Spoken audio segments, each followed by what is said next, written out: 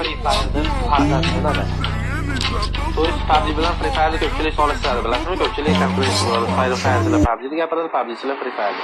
Bu degani nima desa bo'ladi? PUBG CS:GO deb oladigan bo'lsak, Free Fire'da bu eski 1.6 desak Shu gapiga tashlog'im yetdi. bo'ladi. Nima demoqchiman bu gapni? Free Fire bu fantastikaga asoslangan o'yin, ya'ni Bu gapiga ham tashlashimni so'ribdi. Telefonlarda ham o'ynasa bo'ladi bemalol. Bo'ldi, osonroq o'ynash, addacha yo'q. Aha, bu o'ylay so'roq. Bilat, sen bir Free Fire'ga kirdi, bitta o'ynab ko'rgin, jalab PUBG'dan ona qilib o'ynaysan. Free Fire'ga kirsan, bitta headshot berib ko'rgin, ko'ramiz ahvolingni. Yo'q. Ay, pajor, o'z bilinib turibdi-da, Teo Temurdan kalta yeganlar o'z bilinib turibdi-da.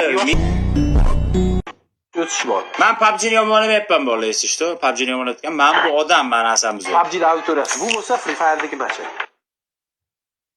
Mana.